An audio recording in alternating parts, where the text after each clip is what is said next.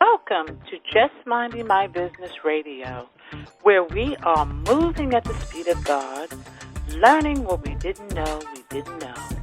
I'm your host, Ida Crawford. And I'm your co-host, Ruth Haskins. So grab a pen and paper and get ready for information that you can use. Welcome to Just Minding My Business Media, LLC. Broaden the scope of exposure for your business by going beyond the interview.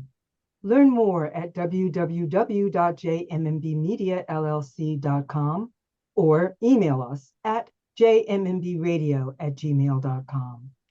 It is health that is real wealth and not pieces of gold and silver. Gandhi. When Aanandha Sharurajah moved to Singapore from Malaysia as a young man, he had only a few dollars in his pocket and big dreams to keep him going. Fast forward a few decades, and Aanandha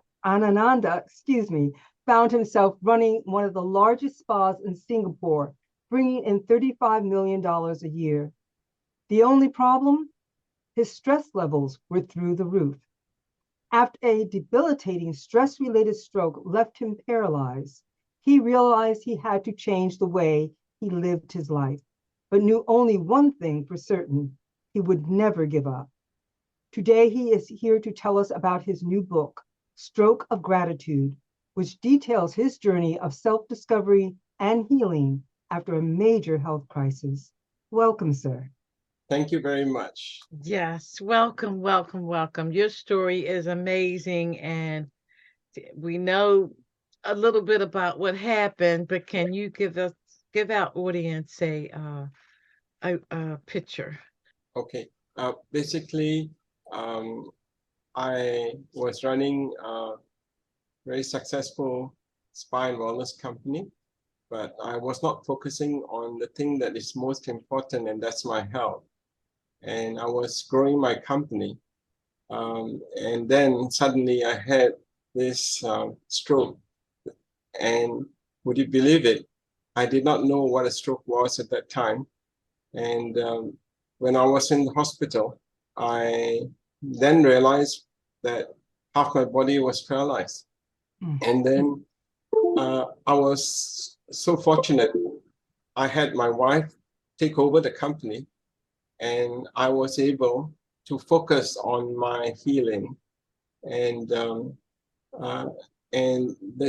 this happened for the first 3 years, right?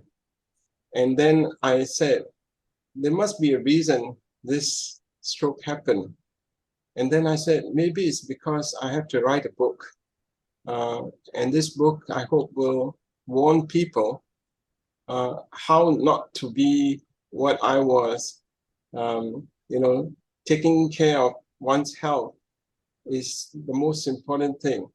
And then I started writing the book in 2014, but it needed 8 years before I could finally come out with the book, because I needed my brain to regenerate sufficiently, right? And so it took 8 years, and the book finally came out last year. Congratulations. Congratulations. Absolutely. Thank you. That is a journey. That is a journey, for sure. And your story is that there's so many people out there chasing the dollar and, wanting to be successful. And then maybe they haven't arrived to their turning point that's going to change their whole outlook on things. And as you were healing, what are some of the things that you went through? Yes.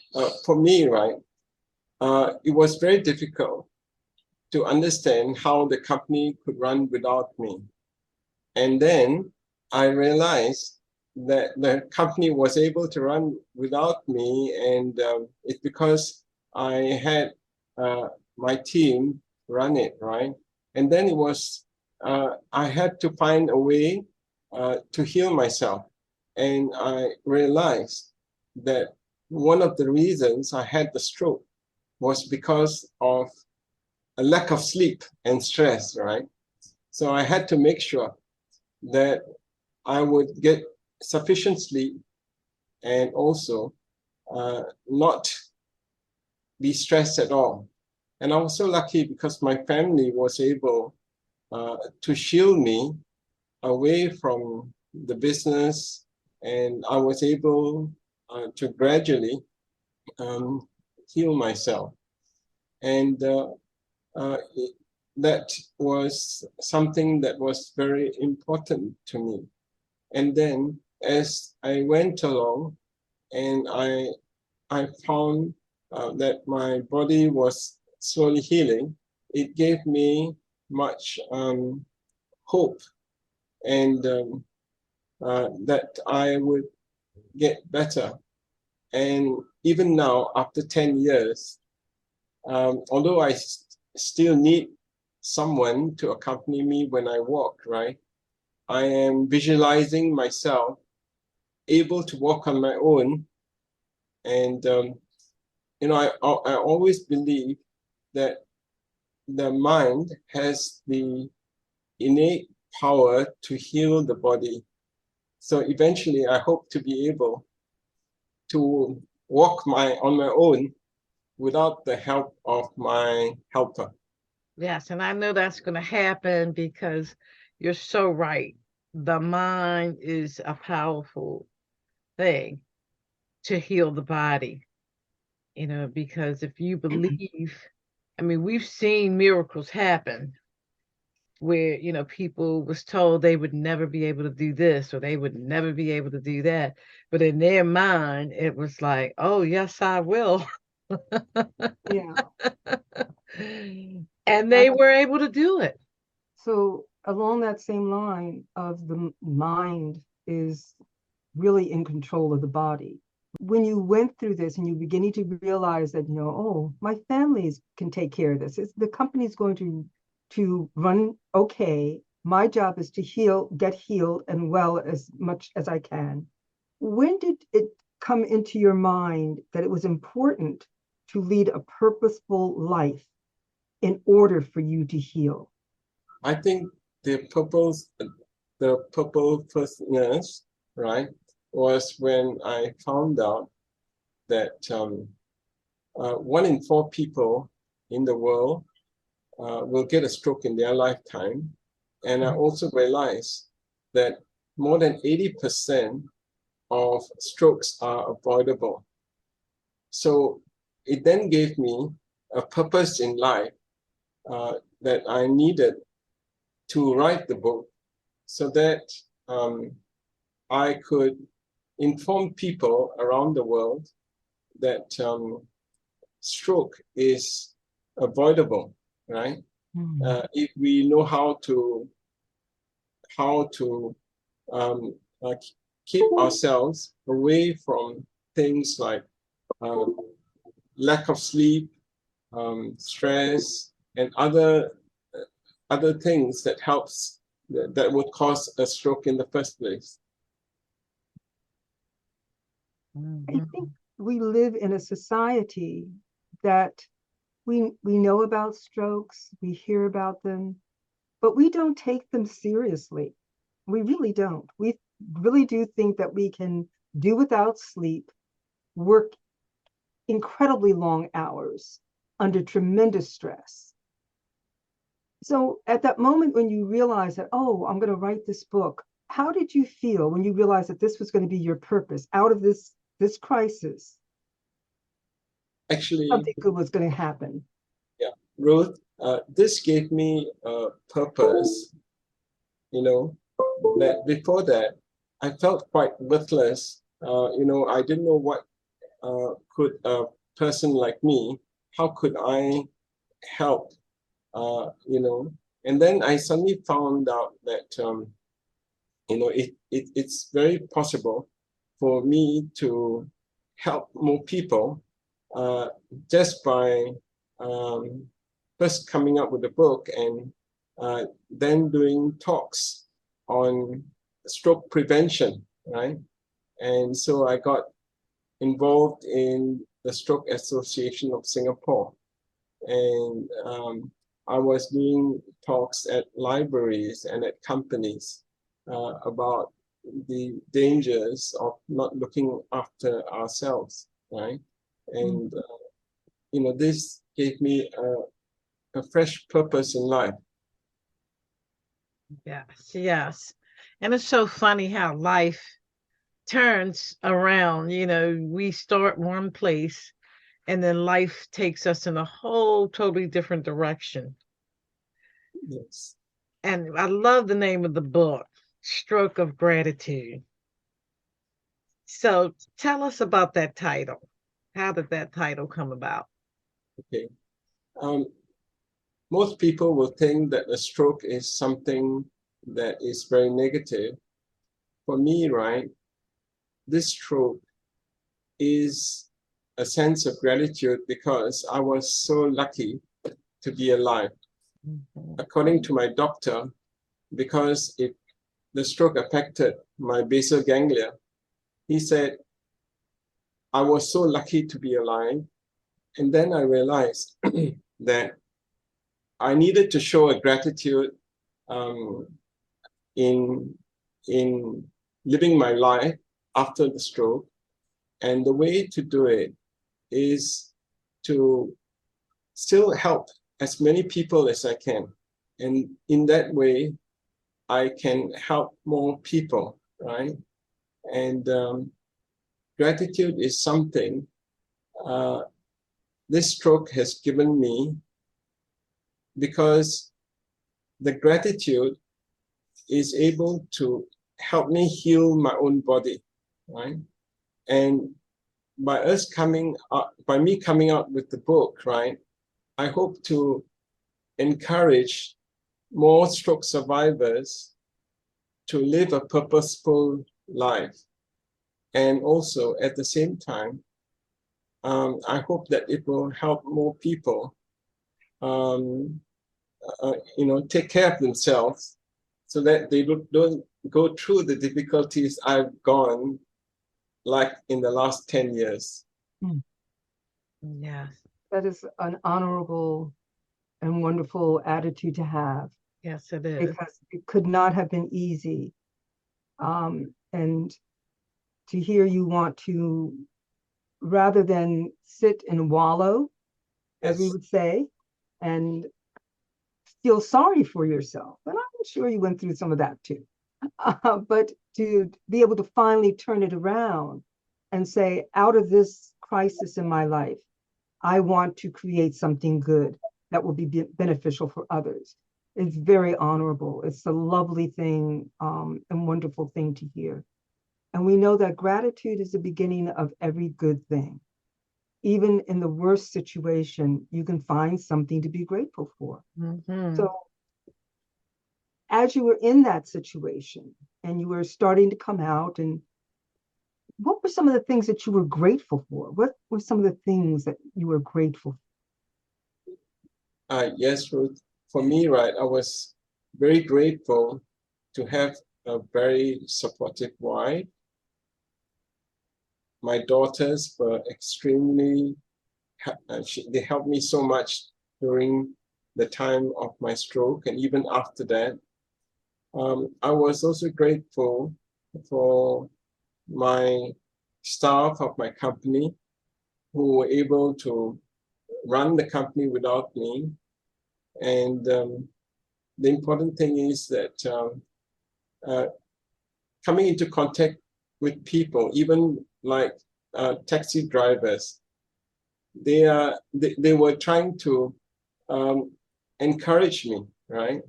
And they always give me ideas of how I could perhaps do some treatments like acupuncture and massage. So people were always trying to help me with the ideas, and I was always grateful for their suggestions. Okay.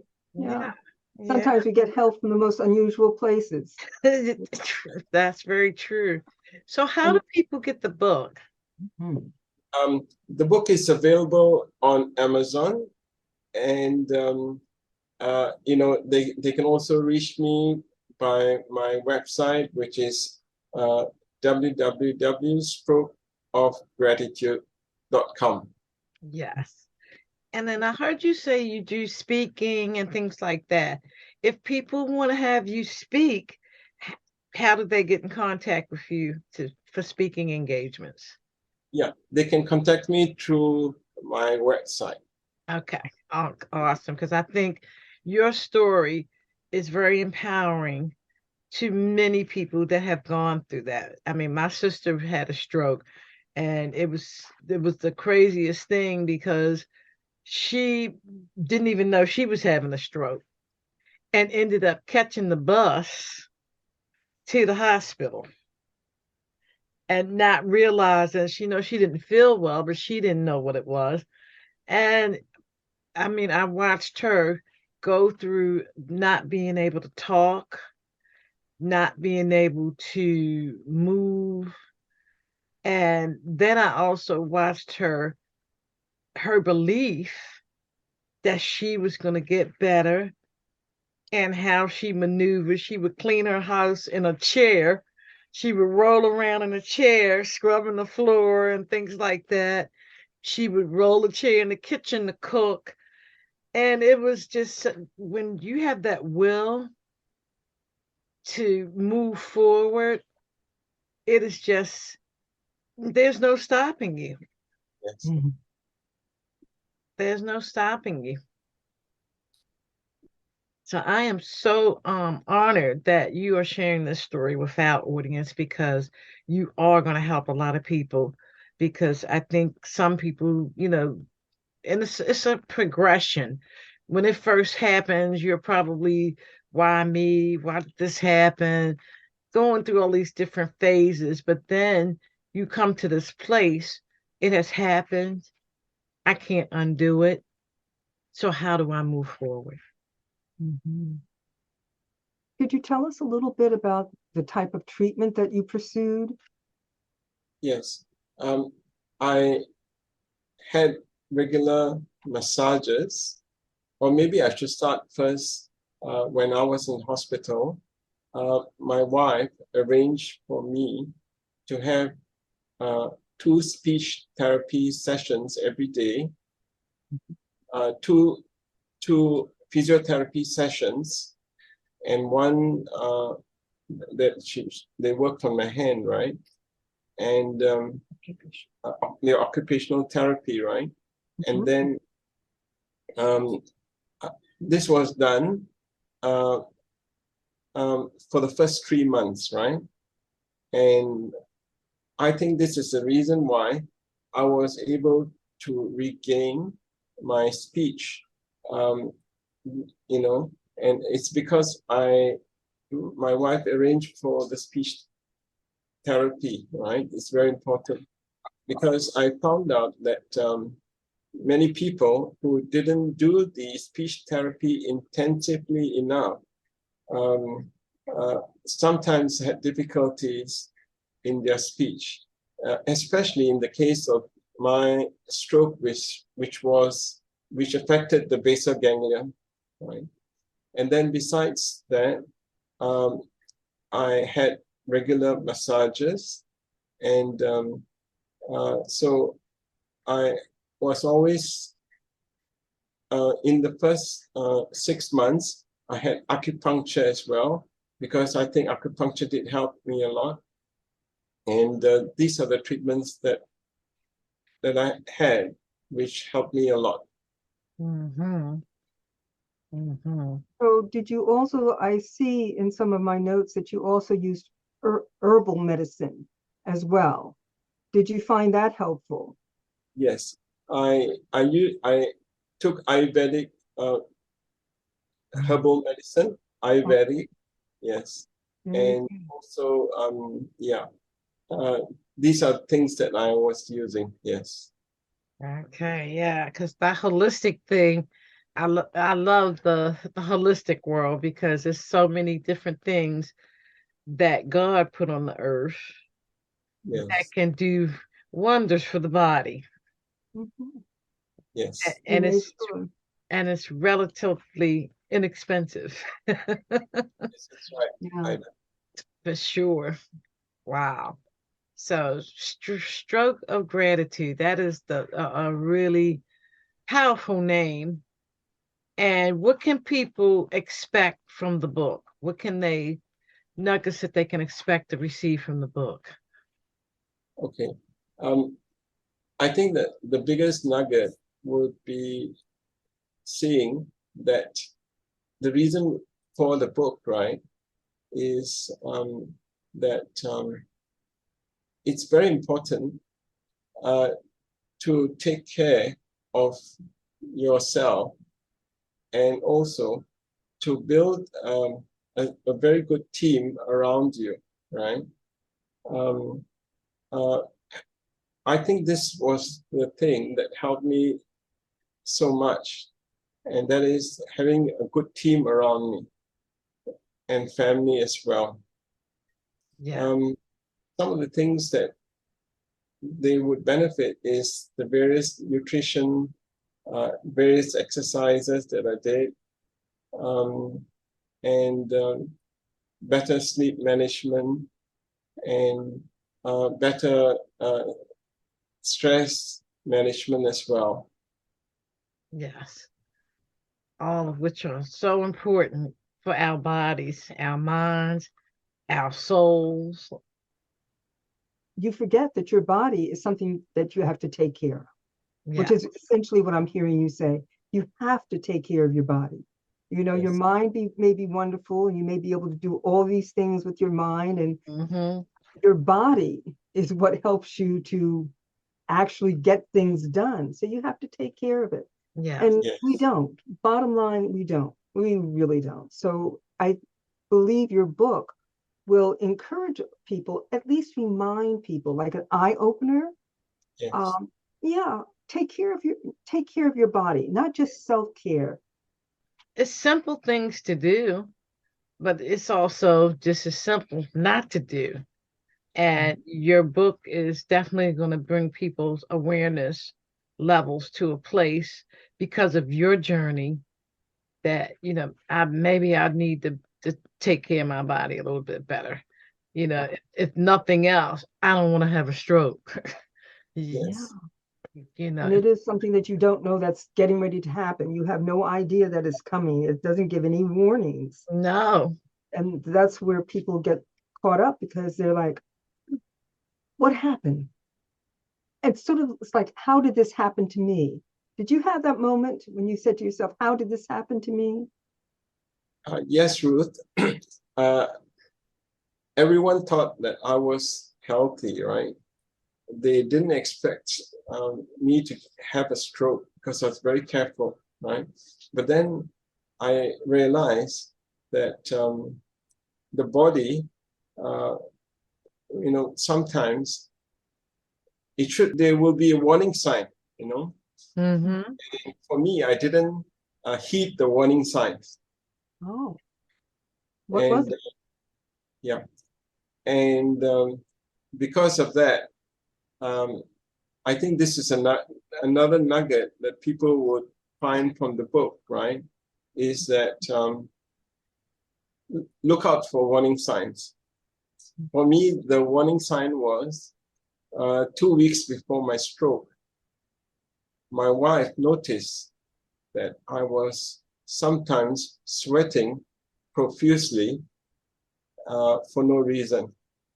I should have taken the precaution of going to see my doctor, but unfortunately, I didn't take that. So things like this, the body has a way of sending warning signs, right? And we must take heed of it. Yes. So again, how can people get the book? The book is available on Amazon, and it's also available on our website, which is www.strokeofgratitude.com. Anybody that has had this happen, they definitely would want to connect with you. and learn your story. And your story is going to bring hope to so many people. So many people. And at the end of the day, that's really what it's all about, helping other people to be better than they were yesterday. Yeah. Through your journey. So we definitely thank you really for all that you do. And we look forward to hearing more of what happens in your future as you go forward. Yes. As your journey, in a way, is just starting. This is a new journey for you. And it'll be interesting to hear what comes from this. Do you have any plans for another book, or what are your plans for the future? I would want to come up with a second edition maybe next year. And I am looking at ways to help people like me, stroke survivors, to find a new meaning, right? A person gets a stroke, right? If they cannot work, it will be very difficult. And I'm looking at ways of helping people by them doing some work that is possible, right?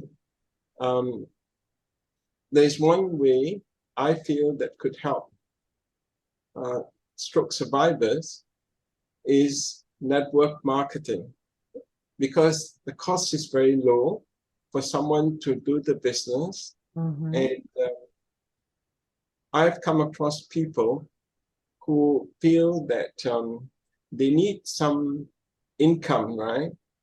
And network marketing is one of the cheapest ways of starting a business, and especially for people like other stroke survivors, or it also could be people in other who have other illnesses who need to have additional income coming to the family. Very nice. Yes, that is an awesome idea.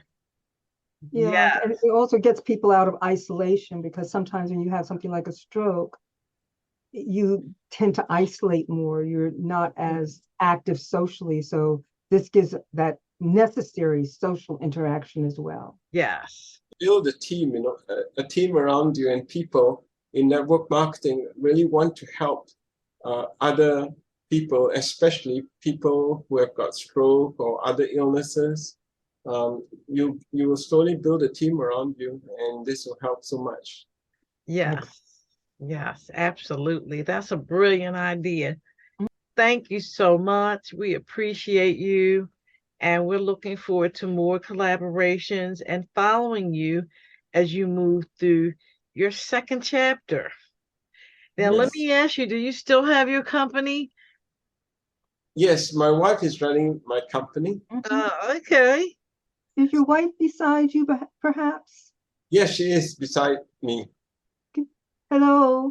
Hi, Ida and Ruth. Hello. Hi. Hi.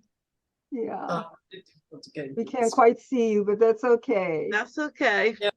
Okay, great. Well, thank you so much, for getting everything ready. And this was a wonderful interview. Yes, I know it was. people are going to hear this and probably have people that they know who have had strokes listen to this particular interview, because people, as Ida brought out, they need hope, and they need to feel that no matter what, they can not only recuperate, survive, they can thrive. And that's what I'm hearing from you. And it all begins with gratitude. Yes. Thank you for that very powerful reminder. Yes. Thank you so much. Thank you. Thank you for tuning in to Just Minding My Business Radio. I'm your host, Ida Crawford. And I'm your co-host, Ruth Haskins. We hope you enjoyed the show and appreciate you stopping by. Many blessings to you and yours.